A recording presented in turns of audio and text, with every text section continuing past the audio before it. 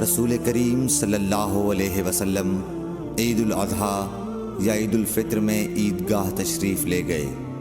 وہاں آپ عورتوں کے پاس سے گزرے اور فرمایا، اے عورتوں کی جماعت، صدقہ کرو، کیونکہ میں نے جہنم میں زیادہ تم ہی کو دیکھا ہے۔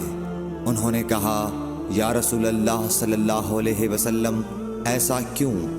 آپ نے فرمایا کہ تم لعن طعن بہت کرتی ہو اور شوہر کی ناشکری کرتی ہو، باوجود عقل اور دین میں ناقص ہونے کے میں نے تم سے زیادہ کسی کو بھی ایک عقل مند اور تجربہ کار آدمی کو دیوانہ بنا دینے والا نہیں دیکھا۔